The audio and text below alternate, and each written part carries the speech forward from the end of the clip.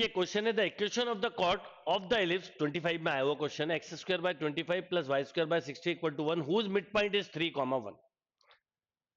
ठीक है, the equation of the chord whose mid point बोला है, तो भाई equation of chord whose mid point बोला है तो ये तो सिंपल सा तरीका हुआ कि आप अगर मेथड से करना चाहें तो मिड पॉइंट दिए हुए हैं तो t इक्वल टू s1 से कर सकते हैं और दूसरा ऑप्शन सेटिस्फाई करेगा। अब ऑप्शन में आप चारों में करवाओगे पर अगर एक से ज्यादा करा तो कंफ्यूज हो सकते हो, तो आप मेथड से कर लो, पर पहले मैं आपसे बोलूंगा ट्राई आप ऑप्शन से करना। और t इक्वल टू s1 मतलब x(1) upon A square plus y(1) upon B square minus 1 equal to, ये कैंसिल हो जाता है बाद में, x1 square by A square plus y1 square by B square minus 1। तो अब आप लिखोगे 3x upon 25 plus y upon B square मतलब 16 इक्वल टू x1 स्क्वायर मतलब 9/25 प्लस 1 अपॉन 16। बस खत्म।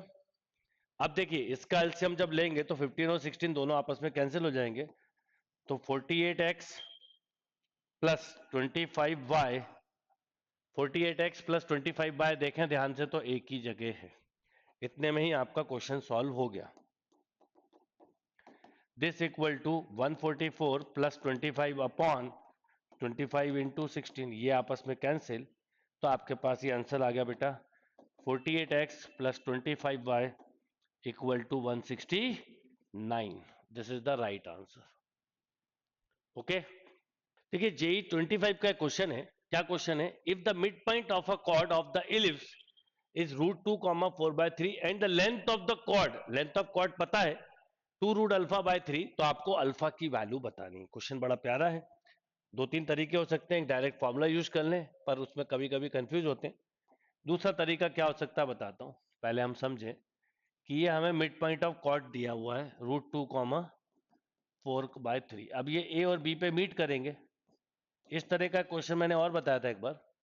तो हम कॉर्ड की इक्वेशन निकाल लें और कॉर्ड की इक्वेशन को इलिप्स में रख देंगे तो हमें पॉइंट ऑफ इंटरसेक्शन मिल जाएंगे। फैक्टर बन रहा है तो भी इजी है, नहीं बन रहा है तो भी मैं आपको बताऊंगा। अब पहले अगर मैं मिड इक्वेशन निकालूं तो आप लिखोगे रूट, इसकी मिड पॉइंट ऑफ कॉर्ड से इक्वेशन होती है t इक्वल टू s1, यानी x(1) ऐसा लिखोगे आप, x(1) by A square plus y(1) by B square minus 1 cancel हो जाता है, अभी लिख देता हूं, x1 square by A square plus y1 square by B square minus 1, ये कैंसिल, तो ये मिला आपको √2x upon 9 plus 4/3 y upon B square, 4 है तो 4 लिख देंगे, इक्वल टू x1 स्क्वायर मतलब 2/9 प्लस y1 स्क्वायर मतलब 16/9 और एक 4 पहले से है।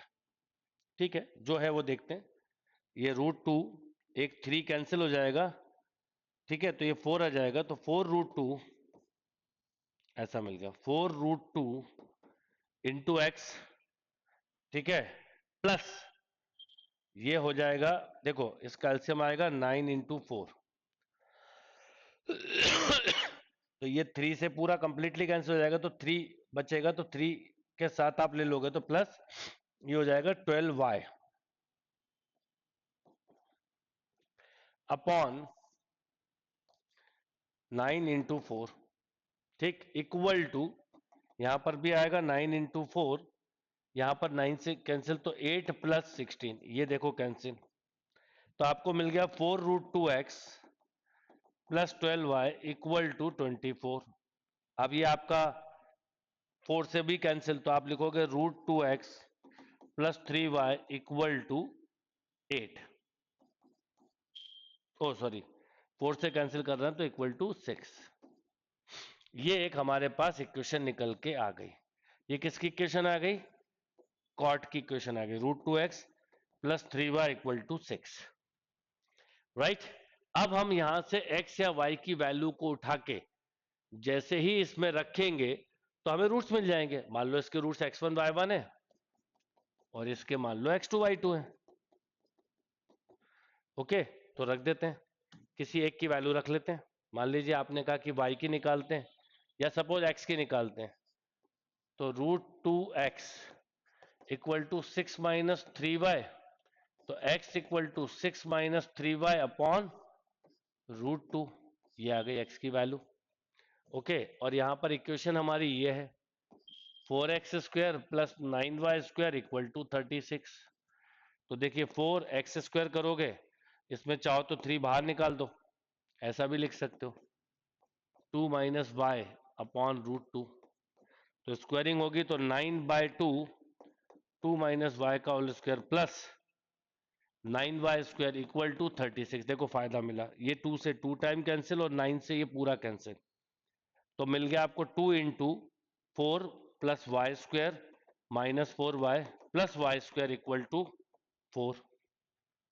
कैसे? क्योंकि 9 9 9 कैंसिल हो गया, 2 का मल्टीप्लाई भी कर देंगे हम, तो 2y² प्लस y² 3y²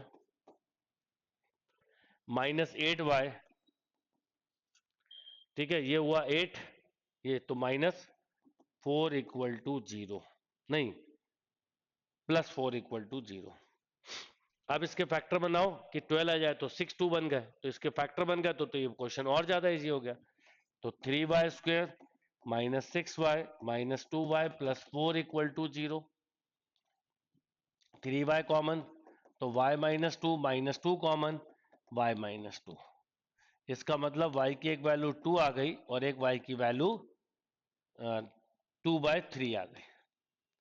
अब y की ये वैल्यू जब आप यहां रखते हैं, जब आप 2 रखते हैं तो x की वैल्यू 0 मिलती है, यानी एक कोऑर्डिनेट हो गया 0,2, और y की वैल्यू जब आप 2/3 रखते हैं तो देख लेते हैं कितना आएगा, 3 इंटू 2 माइनस 2/3 अपॉन √2।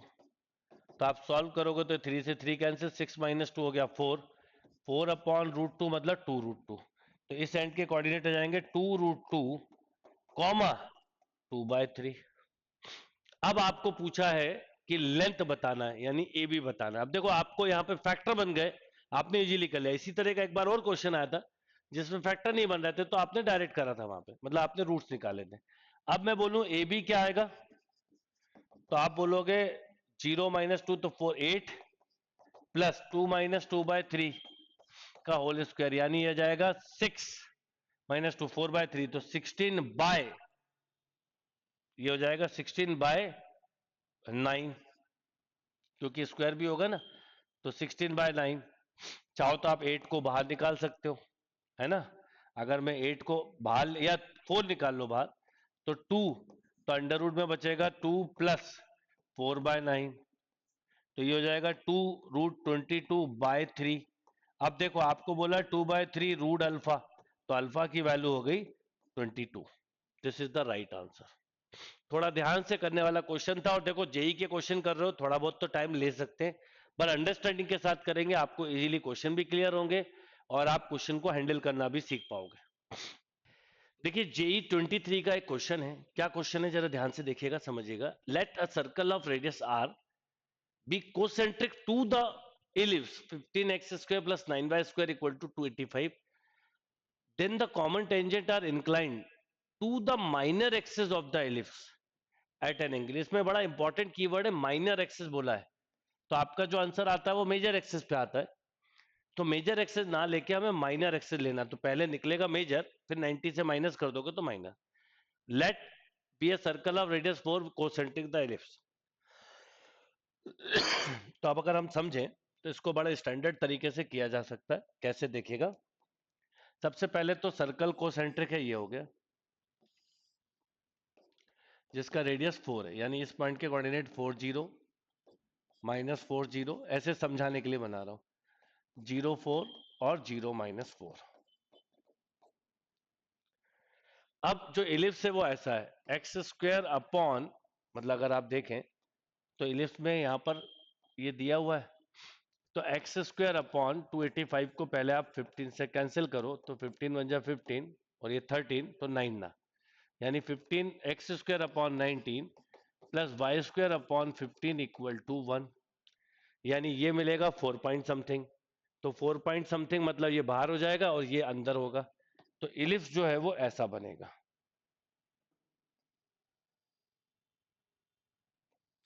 इलिप्स कुछ इस तरह का बनेगा। अब आपसे बोला जा रहा है कि अब इसकी कॉमन टेंजेंट की बात की जा रही है, तो कॉमन टेंजेंट कुछ ऐसी जाना चाहिए, राइट। ये कॉमन टेंजेंट हो गई। एक तरह से ये कॉमन टेंजेंट हो गई। अब ये एंगल पूछा है, निकलेगा पहले ये वाला एंगल, राइट? पूछा ऊपर वाला तो 90 से माइनस कर देंगे। अब कैसे निकालेंगे? तो बड़ा सिंपल लॉजिक है, क्योंकि सर्कल की इक्वेशन स्टैंडर्ड है, तो एक्स आप कंपेयर कर दोगे तो आपको स्लोप मिल जाएगा। यानी सर्कल की इक्वेशन तो x square plus y square equal to 16 है। तो इक्वेशन ऑफ टेंजेंट हो गई m x plus minus a root 1 plus m square. तो आप इससे लिखोगे तो m x plus minus 4 root 1 plus m square हो गया।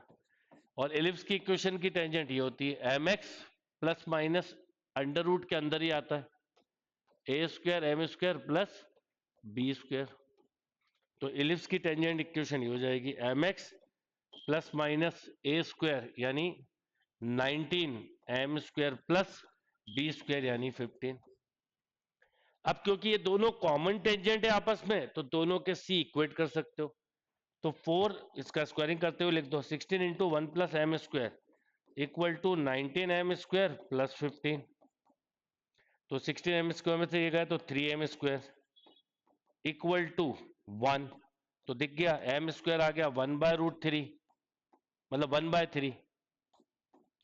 तो एम हो गया प्लस माइनस 1 बाय रूट 3। इसका मतलब आप बोल सकते हो पाई बाय 6 या 5 पाई बाय 6, है ना? दो पॉसिबिलिटी है प्लस माइनस में। अब पाई बाय 6 हुआ तो ये पाई बाय 6 हुआ, तो क्योंकि ऐसा भी तो हो सकता है ना, ऐसी भी हो सकती है इक्वेशन। तो अगर ये पाई बाय 6 हुआ तो जो दूसरा होगा बाय एक्सेस के साथ जो बना रहा होगा वो हो जाएगा पाई बाय 3। तो पाई बाय 3 हमारे पास एक आंसर है। और ये होता तो फिर हम देखते, अभी तो है ही नहीं, तो पाई बाय 6 के साथ अगर देखोगे तो ये करेक्ट आंसर हुआ पाई बाय 3, राइट?